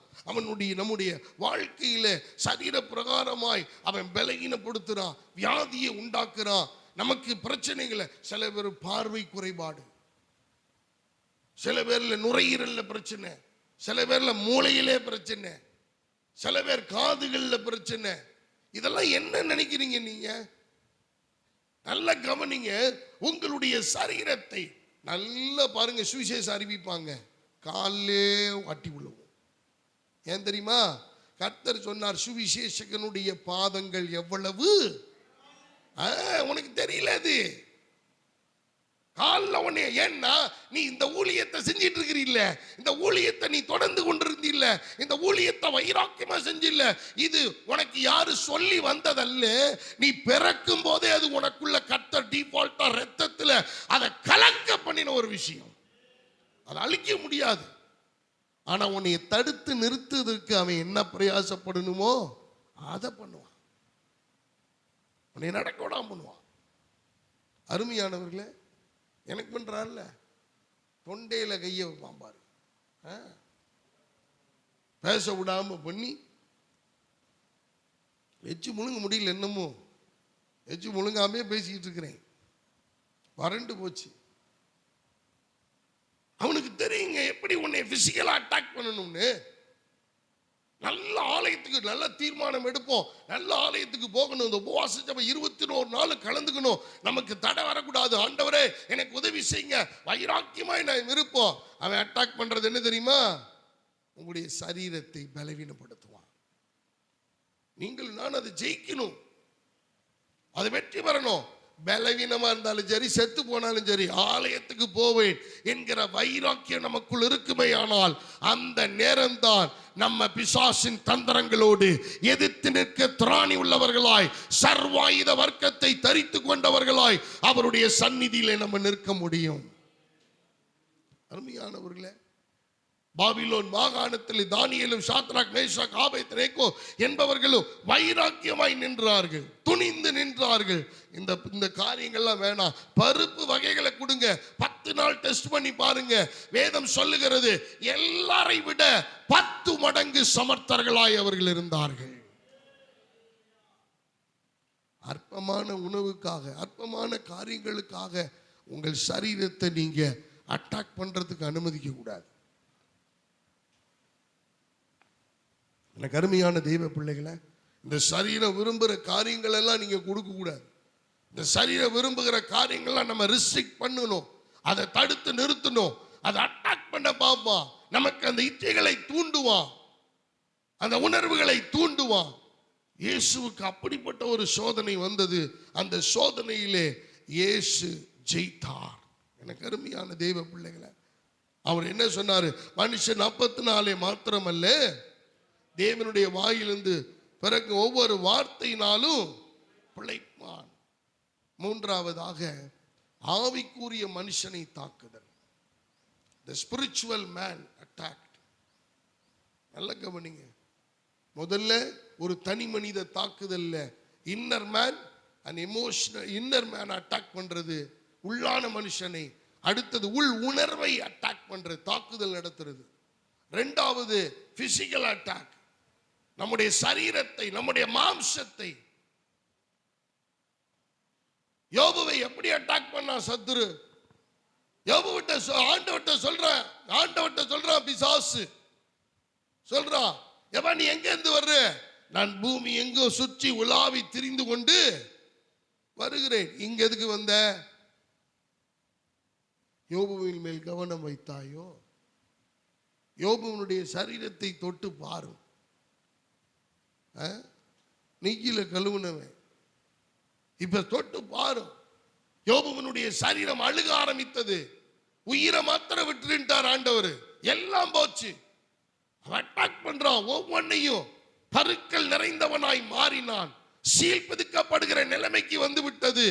சரட்டையிலே போய் தன்னை போட்டு சுரண்டி கொண்டிருக்கிறான். அவனுடைய அருகாமையிலே போக யாரால முடியல, துர்நாற்றம் வீசுகிறது. சரீரத்தை அவன் அட்டாக் பண்றான். அருமையானவர்களே, இந்த தந்திரத்தை நீங்கள் தெரிந்து அதற்கு தகுந்தாற் போல வசனங்களை நீங்கள் வாசித்து அந்த வசனங்களினாலே இவனை ஜெயிக்க வேண்டும். அல்லேலூயா. எனக்கு அருமையான தேவ பிள்ளைகளை, ஆண்டவர் சொன்னார் அல்லவா, எகிப்தின் வாதைகளில் ஒன்றையும் உனக்கு நான் வர பண்ணேன், நானே உன் பரிகாரி ஆகிய கர்த்தர். இந்த வசனங்களை எல்லாம் நம்ம அறிக்கையிடும் பொழுது அவன், அந்த பிசாசானவன் நம்முடைய சரீரத்தை தொட முடியாதபடி அவன் விலகி போகிறான். என்ன கர்த்தர் யோபுவுக்கு உண்டான எல்லாவற்றையும் கர்த்தர் வேலி அடைத்திருந்தார். நான் விசுவாசிக்கிறேன், இந்த மகனாய் திருச்சபையில் இருக்கிற ஒவ்வொரு சின்ன பிள்ளைகள் முதற்கொண்டு முதியவர்கள் வரைக்கும் இந்த இடத்துல கால் பதித்த ஒவ்வொருவரையும் கர்த்தர் வேலி அடைத்து வைத்திருக்கிறார். இரத்த கோட்டைக்குள்ளாய் மறைத்து வைத்திருக்கிறார். அவருடைய ஆளுகை இதற்குள்ள இருக்கிறது. அன்பான கர்த்தருடைய பிள்ளைகளை, அப்ப சரீரத்தை தொடுவதற்கு அவன் பிரயாசப்படுகிறான். சம்பந்தமே இல்லாம இருக்கும், நம்ம ரத்த காயம் படும், சம்பந்தமே இல்லாம இருக்கும். ஏதாவது ஒன்றை நமக்கு பிசாசு உள்ள கொண்டு வந்துருவான், நம்மளை அட்டாக் பண்ண பார்க்கிறான். அதுக்குதான் சொல்றது, சாப்பிடும் போது முதல்ல கையில சாப்பாட்டை போட்டுட்டு வந்து சாப்பாட்டில் கையை ஜெபம் பண்ணி என்ன செய்ய, அது விஷமே இருந்தாலும் முறிஞ்சு போகும். நம்ம எதுக்கு இந்த விசுவாசத்தை எல்லாம் கற்றுக் கொடுக்கிறோம்? எனக்கு அருமையான தேவ பிள்ளைகளை, நீ புது துணி உடுத்தும் போது கூட ஜெபம் பண்ணி நீ போடு. எதுக்கு சொல்லி கொடுக்கிறோம்? எங்கேயாவது மாட்டிருச்சுன்னா அவ்வளவுதான். நீ வெளியில போகும்போது ஜெபத்தோட நீ வெளியில போகணும். சரீரத்தில் ஆண்டவர் பாதுகாப்பை கொடுக்கணும். சரீரம் முழுவதையும் எந்த விதமான ஆபத்தும் இல்லாம 2 கரங்களை பரலோகத்துக்கு நேராக உயர்த்தி, ஆண்டவரே என்னை வாகனத்தையும் உம்முடைய கரத்தில் நான் ஒப்பு கொடுக்கிறேன், ஒரு சேதமும் இல்லாம எங்களை பத்திரமா கொண்டு போய் பத்திரமாய் தூதர்களை வைத்து காவல் புரிந்து என் சமூகம் உனக்கு முன்பாக செல்லும் என்று சொன்ன வார்த்தையின்படி நீ போகிலும் ஆசீர்வதிக்கப்பட்டிருப்பாய், வருகிலும் ஆசீர்வதிக்கப்பட்டிருப்பாய். சொல்லுங்க. வீட்டுக்கு வந்து வாகனத்தை நிறுத்தின உடனே நான் சொல்ற முதல் வார்த்தை என்ன தெரியுமா?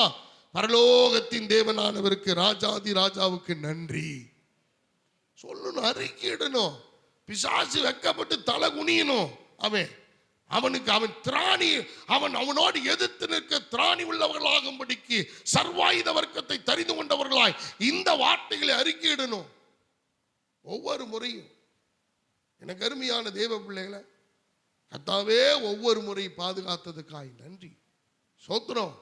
எல்லா விஷயத்துக்கும் சோத்திரம் செலுத்துங்க, கர்த்தருக்கு நன்றி செலுத்துங்க, கர்த்தரை துதிங்க, கர்த்தரை ஆராதிங்க. உங்க சரீர பிரகாரமான எந்த தாக்குதலும் பிசாசு அவன் கொண்டு வருவான், கொண்டு வர மாட்டான் இல்லை. ஆனா வரும்போது நீங்க ஜெயிக்கணும்னா இந்த சர்வாயுத வர்க்கத்தை தரித்து கொள்ள வேண்டும். எனக்கு அருமையானவர்களே, வாகனம் ஓட்ட முடியல, என்னால வர முடியல பாஸ்டர், பஸ் ஏற முடியல, என்னால வர முடியல பாஸ்டர், இதெல்லாம் என்னன்றீங்க? பிசாசினுடைய தந்திரமான தாக்குதல்கள். நீங்க வெளியில போய் பாருங்கம்மா, பாருங்கய்யா, சபைபுரத்துக்கு ஒரு கூட்டம் நடக்குது, வெறும் காலாய். கர்த்தர் என்னை அப்படியா வர சொன்னாரு? இந்த பக்கம் ஒரு கூட்டம் நடக்கிறது. எனக்கு அருமையானவர்களே, மேற்கே ஒரு கூட்டம், கிழக்கே ஒரு கூட்டம், தெற்கே ஒரு கூட்டம், வடக்கே ஒரு கூட்டம், மேல்மருவத்தூருக்கு ஒரு கூட்டம் நடக்குது. கூட்டம் கூட்டமாய் ஜனங்கள் நடந்து போகிறார்கள். ஆனா நம்மளை மட்டும் ஏன் ஆண்டவர் ஆலயத்துக்கு வர விட மாட்டேங்கிறா? ஏன் நம்மளை மட்டும் தேவ ஜனங்களோடு இணைய விட மாட்டேங்கிறா? நம்மளை மட்டும் தேவனுடைய பிள்ளைகளோடு ஒருமனப்பட விட மாட்டேங்கிறா? காரணம் சரீர பிரகாரமான தாக்குதல்கள். அருமையான தேவ பிள்ளைகளை நல்ல கவனிங்க. ஆரோக்கியம் கர்த்தருடையது. எனக்கு அருமையானவர்களே, ஆரோக்கியத்தை கொடுக்க மருத்துவர் இல்லை, மருந்துகள் இல்லை, கர்த்தர் மட்டும்தான். அதை நீங்க தெளிவா புரிஞ்சுக்கணும். கர்த்தர் கொடுக்கிற விடுதலை. எனக்கு அருமையான தெய்வ பிள்ளைகளை, ஆண்டவர் எவ்வளவு நல்லவர். நான் நேற்றைய தினத்தில் அப்படியே பலவீனமா இருந்த சமயத்தில் நான் இதை ஆயத்தப்படுத்தி கொண்டிருந்தேன், இதெல்லாம் டைப் பண்ணிட்டு இருந்தேன். அப்போ எனக்கு ஒரு கிளிப்பு வந்துச்சு. அந்த போதகர் வெளிநாட்டினர், அவர் சொல்லும்போது என்னுடைய உடம்பெல்லாம் செலுத்து போனது. ஆப்பிரிக்கா கண்டத்தினுடைய ஒரு பகுதி இஸ்லாமியர்களால் நிறைந்த ஒரு பகுதி. இவர் மிஷனரியா போறாரு, அதாவது இவருடைய நண்பர் மிஷனரியா போறார், ஊழியம் செய்வதற்கு போகிறார். அந்த இடத்துக்குள்ள உள்ள இறங்கிட்டாங்க. கொஞ்ச நாள் அப்படியே எல்லாத்துக்கும் சுவிசேஷம் அறிவிச்சிட்டு இருக்காரு. சில பேர் ஏத்துக்கிட்டாங்க, சில பேர் ஏத்துக்கல. இப்படியே போயிட்டு இருக்கு. ஒரு நாள் ஒரு பெரிய திரள் கூட்டமே அவருக்கு எதிராக சதி திட்டமிட்டு அவர் தனிமையாய் போய்கொண்டிருந்த போது அவருடைய தலையை துண்டாக வெட்டி போட்டார்கள். ரோட்ல தலை ஒரு பக்கம் கிடக்கிறது, முண்டம் ஒரு பக்கம் கிடக்கிறது. இவரோடு கூட இருந்த பிள்ளைகள் அவங்க வீட்டில் இருக்கிறாங்க. என்னடா போனவரை காணா அப்படின்னு தேடிட்டே வந்தாங்க. திரளான ஜனங்கள் கூட்டம், திரளான ஜனங்கள் பார்த்து கொண்டிருக்கிறார்கள். முண்டமா கிடக்குது, அப்படியே போட்டிருக்கு. எல்லாரும் வந்துட்டாங்க. இந்த நபரோடு போன அவர்கள், இவர் மூலமாய் ரட்சிக்கப்பட்டவர்கள், சரி இவரை தூக்கி நம்ம அடக்கம் பண்ணிடுவோம், ஐயா இறந்து போயிட்டாங்க அவ்வளோதான் அப்படின்னு. இப்ப முண்டம் தனியாவும் தலை தனியாவும் கிடக்குதே, அதை அலுங்காம தூக்கி கொண்டு வந்து அந்த முண்டத்தோடு தலையை அவர்கள் சேர்த்தார்கள். நடந்த சம்பவம் என்ன தெரியுமா? எல்லாருடைய கண்கள் பார்த்திருக்க அந்த தலை அந்த முண்டத்தோடு ஒன்று சேர்ந்து அவர் மறுபடியும் உயிர் பெற்று நின்றார். அருமையான தேவ பிள்ளைகளே, ஒரு வசனத்தை உங்களுக்கு சொல்லட்டுமா? இந்த சரீரத்தை அழிக்கிறவர்களை பற்றி நீங்கள் இமி அளவு கூட கவலைப்படாதிருங்கள். கவலைப்படக்கூடாது. ஆண்டவர் செஞ்ச காரியம் பாருங்க.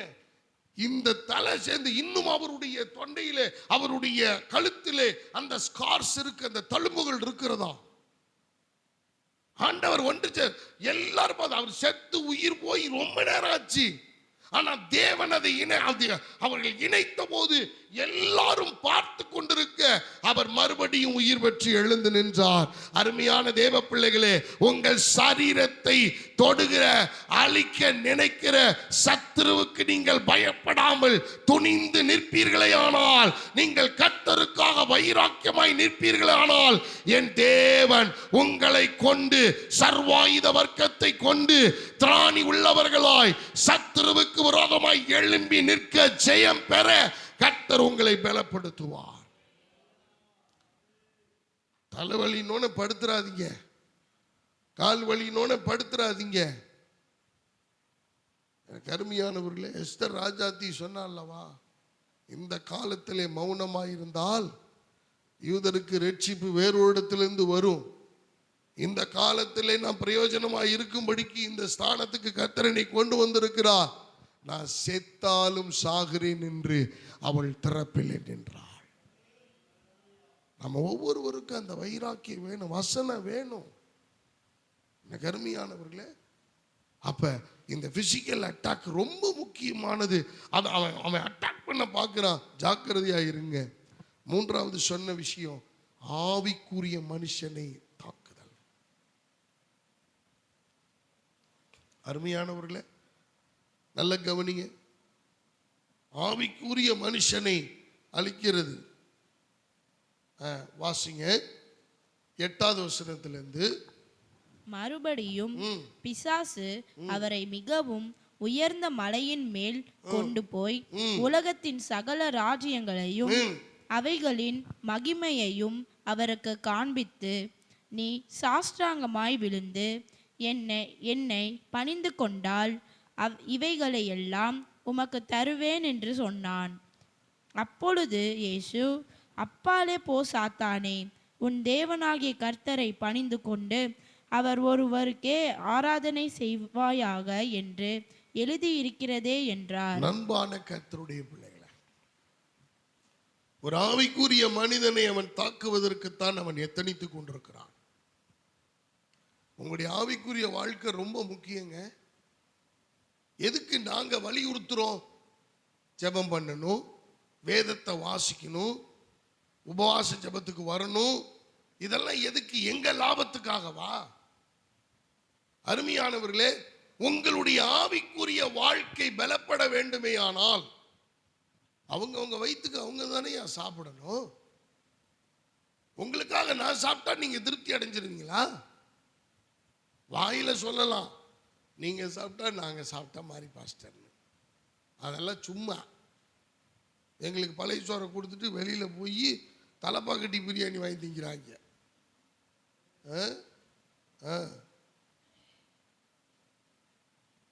அருமையான தேவ பிள்ளைகளை நல்ல கவனிங்க.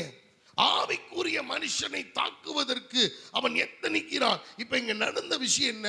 உயர்ந்த மலையின் மேல் இயேசுவை கொண்டு போய் நிறுத்தி இப்ப அவன் சொல்றான், இங்க பார்க்கிற எல்லாத்தையும் நான் உனக்கு தர்றேன், இந்த ராஜ்யத்தையும் உனக்கு தர்றேன்.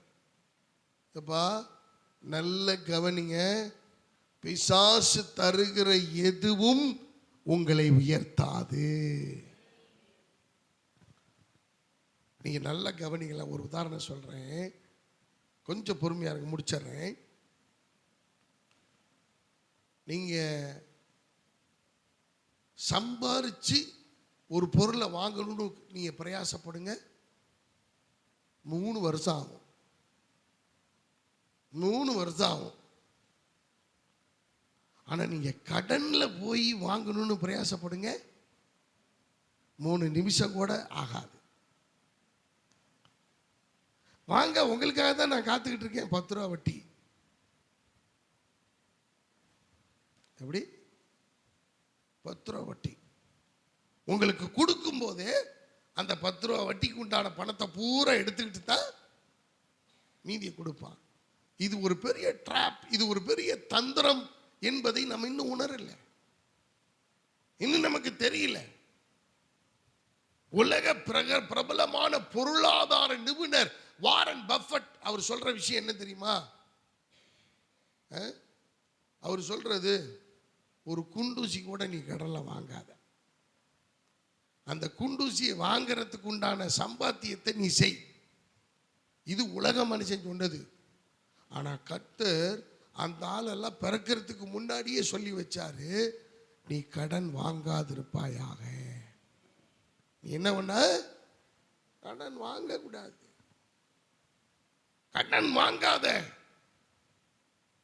எனக்கு அன்பான தேவ பிள்ளைகளை என்னட்ட கேட்கலாம், அப்ப கடன் இல்லாம எப்படி பாஸ்டர் வாழ்றது? ஐயா, உங்களுக்கு பாடம் நடத்தட்டுமா? ஒண்ணு இல்ல, கடன் வாங்காமல் எப்படி வாழ்வது. நான் உங்களுக்கு கிளாஸ் நடத்துறேன், 30 நாள் நடத்துறேன். ஒருத்தருக்கு ஃபீஸ் 5000 ரூபாய். ஹலோ, 5000 ரூபாய் கட்டிருங்க பாஸ்டர் மாட்டேன். 30 நாள் கடன் வாங்காம டெய்லி வந்துடணும். டெய்லி 1 மணி நேரம் தான், 30 மணி நேரம் நான் நடத்துறேன். கடன் வாங்க வசனத்தையும் சொல்றேன், உலகத்தின் சம்பவத்தையும் சொல்லி தர்றேன், எப்படியெல்லாம் இருக்கணும்னு சொல்லி தர்றேன், நீ என்ன வேலை செய்யணும்ன்றதையும் சொல்லி தர்றேன், உனக்கு ஆப்பர்ச்சுனிட்டி நான் உருவாக்கி தர்றேன். அருமையான தேவ பிள்ளைகளை, முடியும்.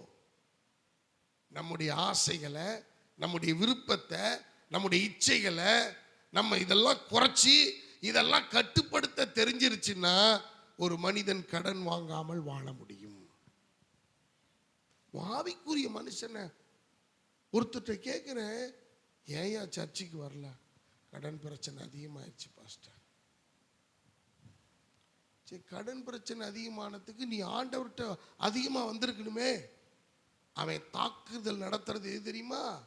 உங்களுடைய உள்ளான மனுஷனை தாக்கி அபகரித்து எமோஷனல் அட்டாக் பண்ணி உங்க சரீரத்தை இங்க என்ன பண்ண விட மாட்டேங்கிறான், வரவிட மாட்டேங்கிறான், வரவிட மாட்டான். நீங்க சம்பாரிச்சு ஒரு பொருளை வாங்கணும்னா 3 வருஷம் ஆகும். ஆனா நீங்க கடன் வாங்கி வாங்கணும்னு நினைச்சீங்கன்னா போதும், அவனே உங்க வீட்டுக்கு முன்னாடி. அப்ப நம்ம என்ன தெரியுமா பண்ணோம்? நேற்று ஒரு வசனம் அனுப்பியிருந்தேன், எத்தனை பேர் அதை கவனிச்சிங்கன்னு தெரியல. யாரோ சொல்ல முடியுமா அந்த வசனம் என்னன்னு?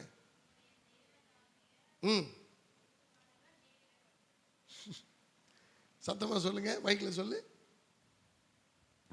உம்முடைய தேவனானவர் நேரிட பண்ணினார். இதெல்லாம் சிந்திக்கிறீங்களா என்னன்னு எனக்கு தெரியல. நான் அனுப்புற விஷயத்த எதுக்கு இது பாஸ் இப்படி அனுப்பியிருக்காருன்றது நீங்க யோசிக்கிறீங்களா என்னன்னு தெரியல எனக்கு. எனக்கு அருமையான நிறைய பேர் என்ன தெரியுமா நினைச்சுக்கிறோம், நம்ம வீடு பிரதர் இந்த வழியா வந்தேன் உங்களை பார்க்க. நம்ம அப்பதான் கடனை வாங்கலாம், யார்கிட்ட வாங்கலான்னு பேசிக்கிட்டு இருப்போம். நம்ம வீட்டு வாசுபடிக்கிட்டே கொண்டு வந்து நிப்பாட்டுவான், ஏடிஎம் கார்டோட நிற்பான். இதில் ஏடிஎம் கார்டையும் கையில் கொடுத்து எடுத்துக்க, எவ்வளோ நாள் எடுத்துக்க, வட்டி மட்டும் போட்டு கொடுத்துரு. முடிச்சிட்டானா? உங்க ஆவிக்குரிய வாழ்க்கைய தந்திரமாக பிடிக்க பார்ப்பான். இயேசுவிடத்துல சொல்றான், இயேசுவுக்கு இவன் ராஜ்யத்தை கொடுக்கறதுக்கு இவன் யாரு? நல்ல கவனிங்க. இப்படி நம்ம சொன்னா எப்படி இருக்கும்? என்னை ஆசீர்வதிக்க கர்த்தர் இருக்கிறார், நீ யாரா? நீ யார்? வெளியே போ, அவுட். இயேசுவை நான் நம்புகிறேன், இயேசு என்னை வாழ வைக்கிறார், இயேசு எனக்கு சுகத்தை கொடுக்கிறார், இயேசு என்னை பலப்படுத்துகிறார், இயேசு என்னை ஆரோக்கியப்படுத்துகிறார், இயேசு என்னுடைய வேலை செய்வதற்குண்டான பலனை தருகிறார், இயேசு என் விளைச்சல்களை ஆசீர்வதிக்கிறார், இயேசு என்னுடைய வாழ்க்கையினுடைய ஒவ்வொரு நிலைமையையும் அவர் தேவைகளை சந்திக்கிறார். வானத்தை பூமி உண்டாக்கின கர்த்தரிடத்திலிருந்து எனக்கு ஒத்தாசை வருகிறது. அப்படி இருக்க நீ கடன் கொடுத்து என்னை ஆசீர்வதிக்க நீ யார்? கேட்டிருக்கணுமா இல்லையா? ஐயோ கொண்டாங்க, உங்களுக்காகத்தான் நான் காத்துக்கிட்டு இருக்கிறேன். நம்ம என்ன தெரியுமா சொல்றோம்? கர்த்தரே நேரிட பண்ணினார். எப்படி? கர்த்தரே நேரிட பண்ணினார், ஆண்டவரே கொடுத்தார். எப்பா சாமி, இதெல்லாம் அற்புதம் இல்லைங்க. பிசாசு உனக்கு வச்சிருக்கிற அட்டாக், பிசாசு உனக்கு வச்சிருக்கிற தந்திரங்கள், நீங்களும் நானும் ஜாக்கிரதையாய் அதிலிருந்து விடுபட வேண்டும், பாதுகாக்கப்பட வேண்டும் என்று கர்த்தர் விரும்புகிறார். இப்ப உப்பரியின் மேல நிறுத்தி, இது மலை உச்சியின் மேல நிறுத்தி நீ போய் சகல ராஜ்யங்களை அவருடைய மகிமை அவருக்கு காண்பித்து சாஷ்டாங்கமாய் விழுந்து என்னை பணிந்து கொள். அருமையான உங்களுடைய ஆவிக்குரிய போராட்டம் உண்டு. நான் பல முறை சொல்லியிருக்கிறேன். பின்வரும் நாட்களில் இந்த ஒரு சப்ஜெக்ட் நான் நடத்துறேன். ஆராதனையிலே நான் அதை சொல்லான் இருக்கிறேன். எது விக்கிரக ஆராதனை? நமக்கு எது விக்கிரக ஆராதனைன்னு நமக்கு தெரியல. பிரச்சனை அங்கதான். அருமையான தேவ பிள்ளைகளை, கர்த்தர் இந்த இடத்துல சொல்ற காரியங்கள் பாருங்க. இவன் சாஷ்டாங்கமா என்னை விழுந்து பணிந்து கொள். நாம கர்த்தருக்கு முக்கியத்துவம் கொடுக்காம வேற எதுக்கெல்லாம் நம்ம முக்கியத்துவம் கொடுக்கிறோமோ அதை நம்மை அறியாமலே வணங்குகிறோம். எத்தனை பேர் புரியுது? என்னோட இருக்கீங்களா? நாம நினைக்கிறோம், ஐயோ இந்த ஃபங்க்ஷன் ரொம்ப முக்கியம், இது விட்டோம்னா அவ்வளவுதான். நான் உறவுகள் முக்கியம் இல்லைன்னு நான் சொல்லலை. உறவுகள் முக்கியம். ஆனா உறவை விட நீங்கள் தேவ உறவை மேன்மையாக எண்ண வேண்டும். அங்கதான் பாயிண்ட். இது ஒரு சவால் நிறைந்த விஷயம். நல்ல கவனிங்க. தேவனா கல்யாணமா? கல்யாண மாப்பிள்ளை எப்ப வேணாலும் பார்த்துக்கலாம். தேவனை அன்னைக்கு விட்டுட்டா சிந்தித்து பாருங்கள். அப்ப தேவனா மனிதனா? வேலையா தேவனா? வருமானமா? வருமானத்தை கொடுக்கிற தேவனா? ஆஸ்பத்திரிக்கு போறது முக்கியமா இல்ல சுகத்தை கொடுக்கிற தேவன் முக்கியமா? நீங்க இதெல்லாம் சவால். இதெல்லாம் நமக்கு முன்பாக வைக்கிருக்கிற அட்டாக். இப்ப இதெல்லாம் என்ன எப்படி நம்ம ஹேண்டில் பண்ண போறோம்? அருமையான தேவ பிள்ளைகளை நல்ல கவனிங்க. நான் உங்களுக்கு பிராக்டிக்கலா சொல்றேன். வெள்ளிக்கிழமை வரைக்கும் தேவ சமாதானம் உங்களுடைய குடும்பத்தில் இருக்கும். ஆனா சனிக்கிழமை அவன் கொந்தளிப்பான் பாருங்க.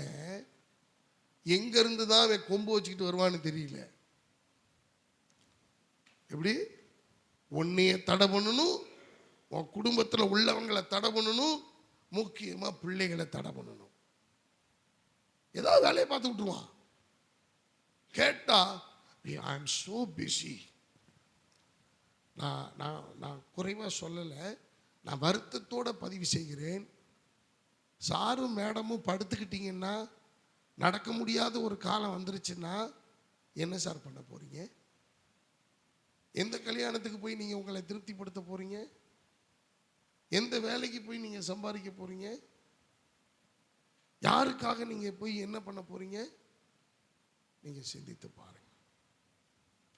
The spiritual attack has been kept ready. உங்களுடைய ஆவிக்குரிய மனுஷனை தாக்குவதற்கு எதிரிகள், சத்துரு தயாராக நின்று கொண்டிருக்கிறார். இப்ப இயேசு சொன்ன பதில நீங்க கொஞ்சம் பாருங்க. அப்பாலே போ சாத்தானே, உன் தேவனாகிய கர்த்தரை பணிந்து கொண்டு அவர் ஒருவருக்கே ஆராதனை செய்வாயாக. நீங்க சொல்லணும், எங்களுக்கு ஆராதனை தான் முக்கியம், எங்களுக்கு தேவன் தான் முக்கியம், எங்களுக்கு உபவாச ஜெபம் தான் முக்கியம், எங்களுக்கு கர்த்தருடைய ஸ்தலம் தான் முக்கியம். நம்ம வசனத்தை சொல்றோம், ஆண்டவரே ஆகாமியத்தின் கூடாரத்தில் வாசமாய் இருப்பதை பார்க்கிலும் உமது பிரகாரங்களில் செல்லுகிற ஒரு நாள் 1000 நாளை பார்க்கிலும் உமது பிரகாரங்களில் செல்லுகிற ஒரு நாள் நல்லது. வசனம் மட்டும்தானா? வாழ்க்கையில் இல்லையா? ஆவிக்குரிய மனுஷனை தாக்க அவன் தயாரா. உங்க ஜெப வாழ்க்கையை கொஞ்சம் நீங்க சரி பண்ணுங்க. நான் அதிகமாய் வலியுறுத்தி சொல்லி கொண்டிருக்கிறேன், ஜெபம் பண்ணுங்க. 10 நிமிஷம் கிடைச்சிச்சுனாலும் அந்த நேரத்தில் கர்த்தரை நோக்கி நீங்க விண்ணப்பம் பண்ணுங்க. எங்கேயாவது போய் யாருக்காவது நீங்க வெயிட் பண்றீங்களா, அந்த நேரம் நீங்க ஜெபம் பண்ணுங்க. நான் உங்களை அன்பா கேட்டுக்கொள்கிறேன், எப்பொழுதும் ஒரு சின்ன புதிய ஏற்பாடாவது உங்க வண்டியில வச்சுக்கோங்க, உங்க வாகனத்தில் உங்க பேக்ல ஒன்று வச்சுக்கோங்க. பைபிள் எங்கெல்லாம் வாய்ப்பு கிடைக்குதோ open your Bible and read. எங்கெல்லாம் வாய்ப்பு கிடைக்குதோ அங்க ஜெபம் பண்ணு. இது சாதாரண விஷயம் அல்ல. எந்த நேரத்தில் இந்த 3 விதமான தாக்குதல் நடத்தலாம். தனி மனித தாக்குதல், இவனுடைய இன்னர் மேன, உன்னுடைய எமோஷனல் அட்டாக், இரண்டாவது பிசிக்கல் மேன, மூன்றாவது ஸ்பிரிச்சுவல் மேன். உங்களுடைய ஆவிக்குரிய வாழ்க்கையை நீங்க பாருங்க. எதுக்குங்க குடும்ப ஜெபம் அவசியம்னு சொல்றோம்? அந்த நேரத்தில் நீங்க வருமானத்தை பார்த்து உங்க பிள்ளைய கோபுரத்தில் நிறுத்தலாம் நினைக்கிறீங்களா? உங்களை பார்த்து நான் பரிதாபப்படுறேன், கண்ணீர் தான் வருது எனக்கு. ஒரு மெய்ப்பனா நான் அழுகிறேன், நான் வேதனையோடு சொல்லுகிறேன். நீ சம்பாரிச்ச பணம் உன் பிள்ளையினுடைய எதிர்காலத்தை, வாழ்க்கையை நல்ல நிலைமைக்கு கொண்டு வராதையா, கொண்டு வராதையா. உன் பணத்தை, உன் வருமானத்தை தூக்கி எறிஞ்சிட்டு உன் பிள்ளையினுடைய ஸ்பிரிச்சுவாலிட்டியை நீ பாரு, ஆவிக்குரிய வாழ்க்கையை நீ திசை திருப்பி பாரு. என் பிள்ளை நல்லா வந்துருவான்னு மட்டும் நீ கற்பனை பண்ணிட்டு இருக்காத, அதுக்கு உண்டான பிரயாசப்படணும் நீ. யோபு தன் பிள்ளைகளுக்காக அவன் சர்வாங்க தகன பலி செலுத்தினான். என்ன பண்ற நீ? ஆஸ்பத்திரி கொண்டு போய் கொடுக்குற, படிக்கிறன்ற பேர்ல கொண்டு போய் லட்ச லட்சமா கட்டுற. கர்த்தருடைய சமூகத்துக்கு வருவதற்கு மட்டும் 1000 நொண்டி சாக்குகள். எப்படி உன் பிள்ளையினுடைய ஆவிக்குரிய வாழ்க்கை இருக்கும்? சிந்தித்து பாருங்கள். அதுவும் ஆத்துமாவை தானே, அதுக்குள்ளே ஒரு ஆத்துமா இருக்குல்ல, அதுக்குள்ளே ஒரு மனுஷன் இருக்கிறான்ல, மனுஷி இருக்கிறான்ல, அதுக்குள்ளேயும் ஒரு ஜீவன் இருக்குதுல்ல, அதுக்குள்ளே ஒரு உள் உணர்வு இருக்குல்ல, அதுக்குள்ளே ஒரு எமோஷனல் இருக்குல்ல, அதுக்குள்ள ஒரு உள்ளான மனுஷன் மனுஷி உள்ள இருக்கான்ல.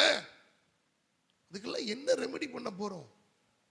அன்பான கர்த்தருடைய பிள்ளைகளை, இந்த வார்த்தைகளை தயவு செய்து அற்பமா நினைக்காதீங்க. நான் தாழ்மையா அன்பா கேட்டுக்கிறேன். உங்களுடைய வாழ்க்கையில இந்த 3 விஷயம், தனி மனித தாக்குதல், நான் 1 தான் முடிச்சிருக்கேன், இன்னும் 2 இருக்கு, பிறகு நம்ம பார்ப்போம். இந்த தனி மனித தாக்குதல்கள்ல 3 விஷயம். 1, சொல்லுங்க, உள்ளான மனுஷனும் உள் உணர்வும் தாக்குதல் நடத்துறது. 2வது சரீர பிரகாரமான தாக்குதல்கள். 3வது ஆவிக்குரிய வாழ்க்கையை தாக்குதல். நல்ல கவனிங்க. உங்க ஜெப ஜீவியத்தை அவன் குறைச்சிட்டான்னா அவன் ஜெயிச்சிருவான். உங்க வேத வாசிப்பை குறைச்சிட்டான்னா அவன் ஜெயிச்சிருவான்.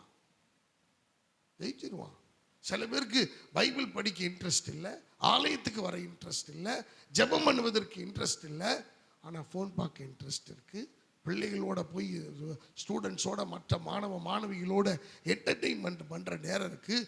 உறவுகளோட போய் சந்தோஷமாக காது குத்து கல்யாண சடங்குகளில் போய் நின்று நல்ல எல்லா காரியங்களையும் செய்ய மனம் இருக்குது. தெருவில் இருக்கிற பிள்ளைகளோட போய் அவர்கள் விளையாட நேரம் இருக்குது, இன்ட்ரெஸ்ட் இருக்குது. ஃபோன் பேச பல நேரங்கள் இன்ட்ரெஸ்ட் இருக்கு. கேம் விளையாட நேரம் இன்ட்ரெஸ்ட் இருக்கு. ஆனா இதுல ஏன் இன்ட்ரெஸ்ட் இல்ல? காரணம் ஆவிக்குரிய வாழ்க்கையை சூறையாடிட்டான். இதை எப்ப தெரிஞ்சு சரி பண்ண போறோம்? சில பேர் வருமானம் வருமானம் வருமானம், ஐயோ கடன் அடைக்கணும் கடன் அடைக்கணும்யா. நானும் சொல்லல, நானும் வேணாம்லாம் சொல்லல, கடன் அடைக்கணும். ஆனா நாய் மாதிரி இப்படி உழைச்சி நீ கடன் அடைக்க முடியாது. ரெண்டாவது, கர்த்தரை விட்டுட்டு நீ கடன் அடைச்சிட முடியாது. அது தெரிஞ்சுக்கங்க. முதல்ல விதவை தீர்க்கதரிசியினிடத்தில் போய் தன்னுடைய பிரச்சனையை சொல்லுகிறாள். அந்த பிரச்சனை கர்த்தருடைய சமூகத்தில் தீர்க்கப்படுகிறது. நீ கர்த்தருடைய சமூகத்தில் வராம உன் கடன் எல்லாம் சமாளிக்க முடியாதியா. தெரிஞ்சுக்கங்க அருமையான தேவ பிள்ளைகளை. உங்க ஆவிக்குரிய வாழ்க்கையை இந்த 3 விஷயத்தை நீங்க கண்ணோக்கி பாருங்க, கவனம் செலுத்துங்க. இன்னைக்கு வீட்டில் போய் இந்த வசனங்கள் எல்லாம் திருப்பி பாருங்க. மத்தேயு 4வது அதிகாரத்தில் இயேசு கிறிஸ்து சோதிக்கப்பட்ட இந்த சோதனையில் இந்த 3 அட்டாக்கு நடந்துச்சு. அதை நீங்க திருப்பி பாருங்க. அழுது ஜெபம் பண்ணுங்க. உங்க பிள்ளைகளுக்காக ஜெபம் பண்ணுங்க, குடும்பத்துக்காக ஜெபம் பண்ணுங்க, இந்த சபைக்காக ஜெபம் பண்ணுங்க, எங்களுக்காக ஜெபம் பண்ணுங்க, இந்த பட்டணத்துக்காக ஜெபம் பண்ணுங்க. எனக்கு அருமையானவர்களே, இதுல இருந்து நம்ம விடுபடணும்னா நாம் அந்த தாக்குதல்கள் என்னன்னு புரியணும் நமக்கு. அல்லேலூயா. நாம் எல்லாரும் அப்படியே கண்களை மூடி கைகளை உயர்த்தி கர்த்தர் கொடுத்த இந்த பலனுக்காய் நன்றி செலுத்துகிறேன். கர்த்தருடைய வார்த்தைக்காக எல்லாரும் ஆத்மார்த்தமா எல்லாரும் ஆமென் எழும்பி நிற்போம். அப்படியே எழும்பி நிற்போம். Stand together. எல்லாரும் பரலோக தேவனை நோக்கி, பரலோக தேவனை நோக்கி, பரலோக தேவனை நோக்கி ஆண்டவருக்கு ஒப்பு கொடுங்க, ஒப்பு கொடுங்க, சரணாகதி அடைங்க. ஸ்தோத்திரம் ஆண்டவரே, உம்மை துதிக்கிறோம் துதிக்கிறோம். ஆண்டவர்கிட்ட ஒப்பு கொடுத்து நம்ம எல்லாரும் சொல்லுவோம், ஆண்டவரே உமக்கு ஸ்தோத்திரம் ஸ்தோத்திரம். ஆண்டவரே அப்பா, ஓ பிசாசுக்கு எதிரான வல்லமைகளை பெற்றுக்கொள்ளும்படியாக, அவனுடைய தாக்குதலுக்கு எதிராக, ஓ நம்ம எதிர்த்தாக்குதல் பண்ணுவதற்காக அல்ல, ஓ அவனுடைய தாக்குதல் என்ன என்பதை தேவன் வேதத்திலே சொல்லி இருக்கிறார். பலவானை முந்தி கட்டினால் ஒழிய நாம் பட்டணத்துக்குள் பிரவேசித்து என்ன பண்ண முடியாது, அதை நாம் சுதந்திரிக்க முடியாது என்று சொல்லப்பட்டிருக்கிறது. ஆகவே எவனை விழுங்கலாமோ என்று அவன் ஆண்டவரே கெட்சிக்கிற சிங்கம் போல அவன் வகை தேடி சுற்றி திரிகிறான் என்று சொல்லப்பட்டிருக்கிறது.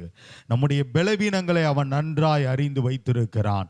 ஆகவே ஆண்டவர்கிட்ட ஒரு விஷயம் நம்ம ஒப்பு கொடுத்து நம்ம எல்லாரும் சொல்லுவோம், ஸ்தோத்திரம் ஆண்டவரே, உம்மை நன்றியோடு துதிக்கிறோம் துதிக்கிறோம் துதிக்கிறோம். ஆண்டவரே வல்லமையுள்ள தேவனே உமக்கு ஸ்தோத்திரம். ஒப்பு கொடுத்து நம்ம எல்லாரும் சொல்லுங்க, ஆவியானவருக்கு நன்றி செலுத்துகிறோம் நன்றி செலுத்துகிறோம் ஐயா. உமக்கு ஸ்தோத்திரம் ஆண்டவரே, உமக்கு நன்றி நன்றி நன்றி அப்பா. உமக்கு ஸ்தோத்திரம் ஆண்டவரே, நன்றி தகப்பனே, உமக்கு ஸ்தோத்திரம் ஸ்தோத்திரம் ஸ்தோத்திரம்.